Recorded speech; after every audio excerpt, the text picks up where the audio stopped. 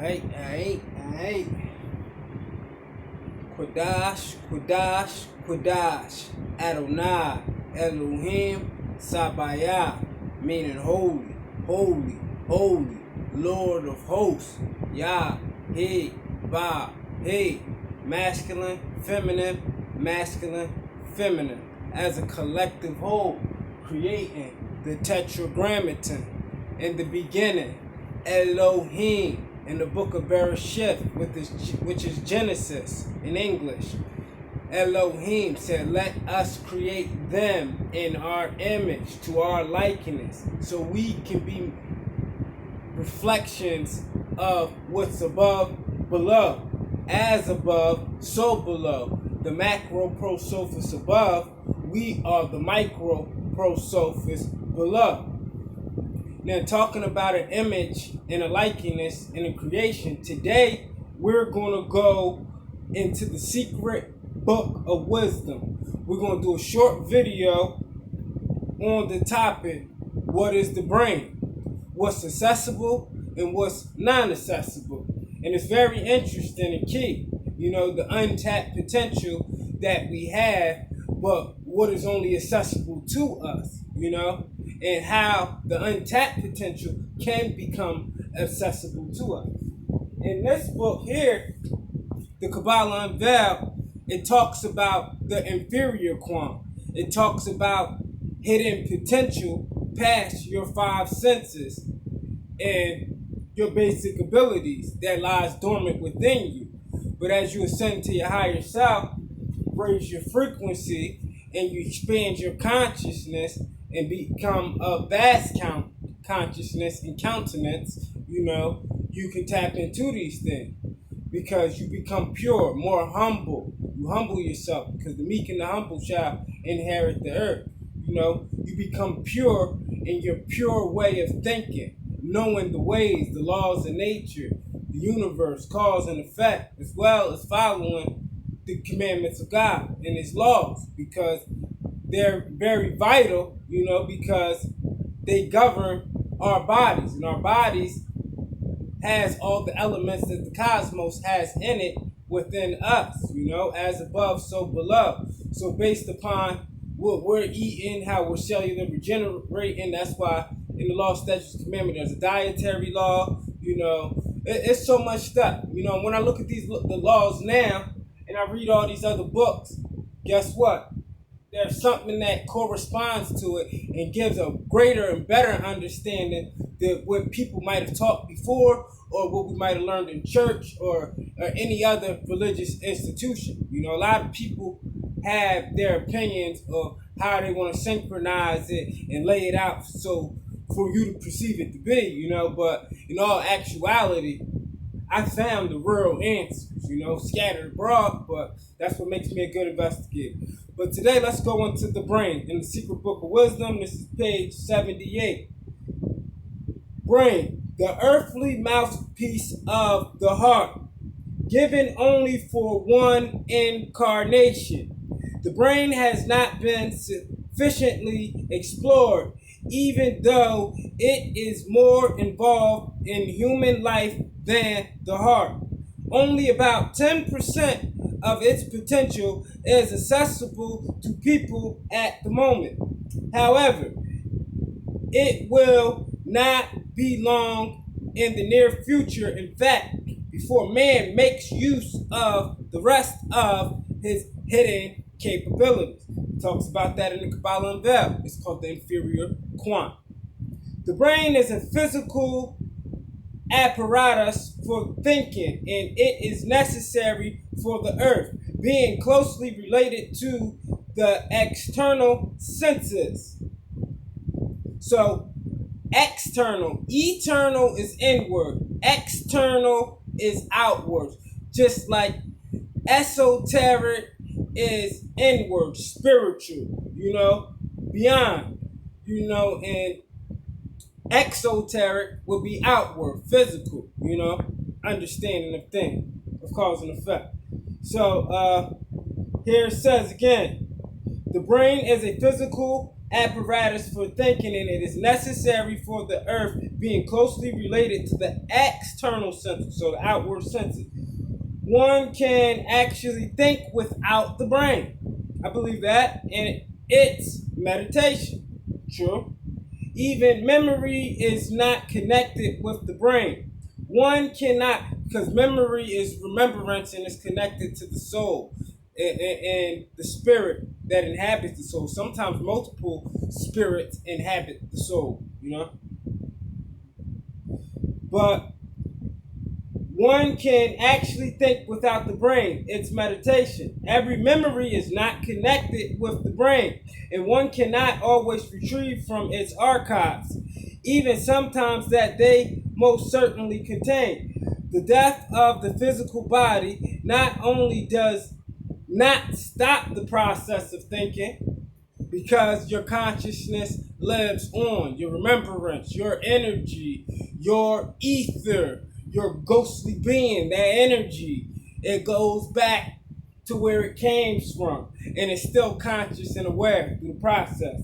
So it says the death of the physical body not only does not stop the process of thinking, but on the contrary intensifies it, making it lighter and more flexible. In the suitable world, and higher man lives without a brain, although he still sees, hears, feels, and thinks. The brain emits a particular kind of electromagnetic wave, which is like radio waves, can be transmitted over a distance and received not only by another brain, so that's telepathy for you right there, but also by super sensitive devices. Thoughts themselves flow over the brain. Clairvoyants can see a halo or radiance surrounding the head of someone engaged in complex mental activity. That's true. I have this book called The Hands of Light. Matter of fact, where is it? Hands of Light, Hands of Light. Oh, it's right here.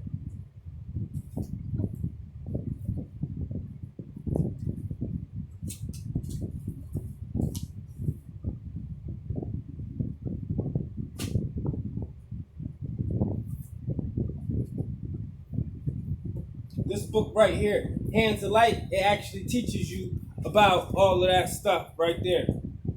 It tells you about the halos, the vibrations, the energy field, the chakras, so on and so on, I'm very well advanced. People don't realize, and look, and people think I don't just have these books, I actually read them,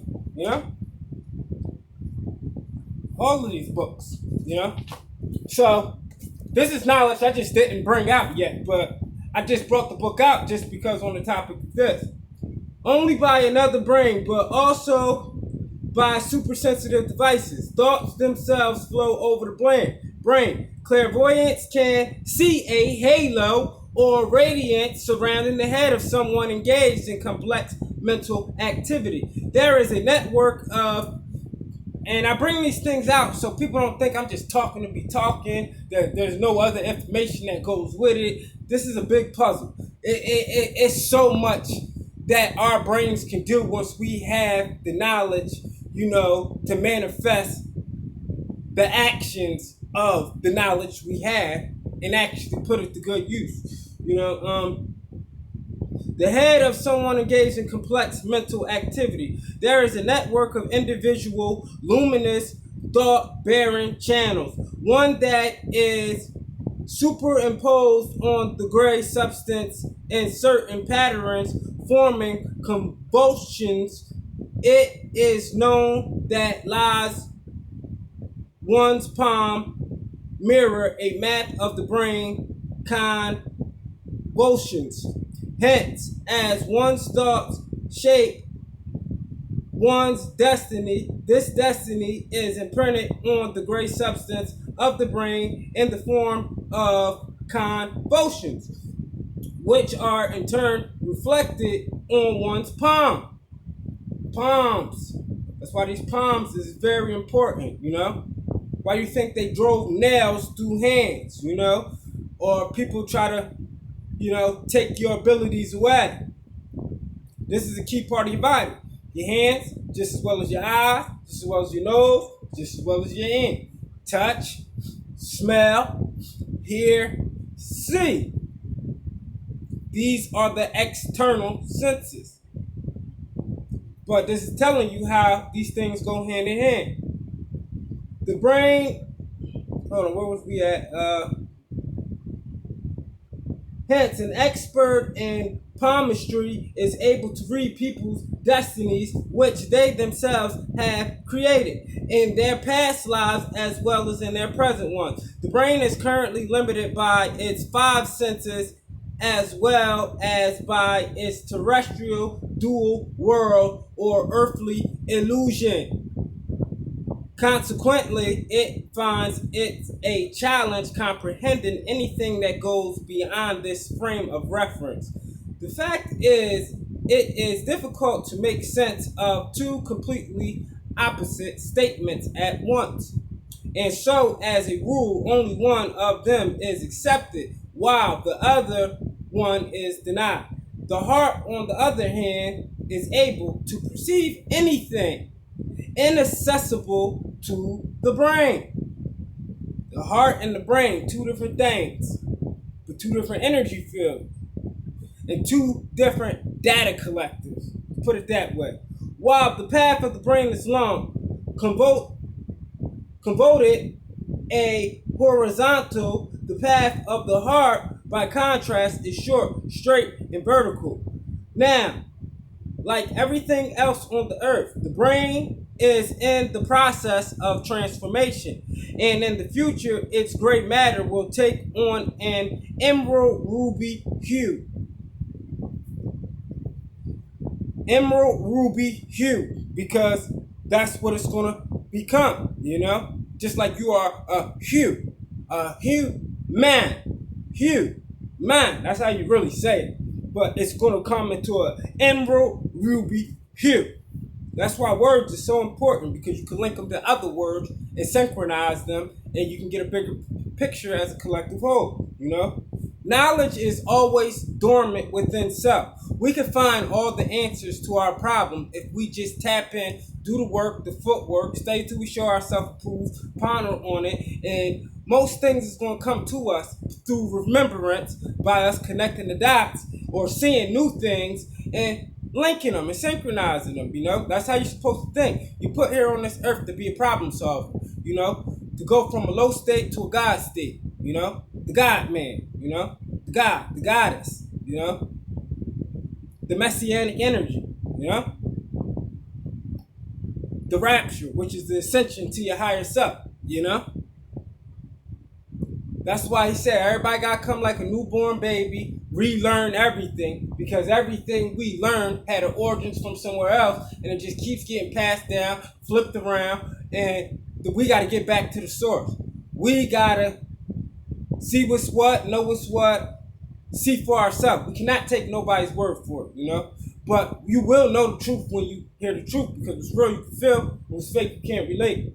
An emerald hue. It will keep on developing and being refined as long as a human speech exists, until people learn to understand the language of the silence spoken by the heart. In the meantime, the brain is designed to serve as the mouthpiece for the heart. Precisely, the brain represents a registry of the suitable energies coming through the heart, expressing its thought. You know why the heart's so important? Because that pumps your blood. Your blood has the plasma in it, which is the energy that circulates through your brain. Your brain is just like the memory card. It just holds the information. But the actual power source is the heart, because a computer ain't gonna work until you put it into a power source. It has built-in memory, but for extra memory, you have to put some type of memory code or chip in there, and that's basically what your brain is. It's your data part of your body, temple, computer. You know, that's just a metaphor. Designed to serve as the mouthpiece for the heart, precisely the brain represents a registry of those suitable energies coming through the heart, expressing its thoughts and feelings in verbal form. The heart and the brain must act in mutual accord and harmony, complementing each other and so expand consciousness. But this so rarely happens that the brain, because of its excessive activity, it only occasionally is able to register the flashes of the heart, when often called intuition or consciousness. Hallelujah. Intuition or consciousness. Intuition is what you would call the eternal one that lives within you. The consciousness is the way, the energy, the way of the eternal one. But like I said, they have to go hand in hand. You know, they have to complement each other and work as a dual effect. But I'm about to be out. All praise to the Most High. Yahweh Ba'Hashem Adonai HaMashiach Yahweh Shai. Ahaya, Ashar, Ahaya, Eliam, Eloah, Elohai, Emmanuel, Shechaniah, Adonai, Aya, Agla, Tetragrammaton, and by the most powerful Hashems of the Almighty One. As above, so below. I pray that you touch your humble servants trying to expand their consciousness, and may your light from above radiate off of them so they can glow. Amin Ta Salah.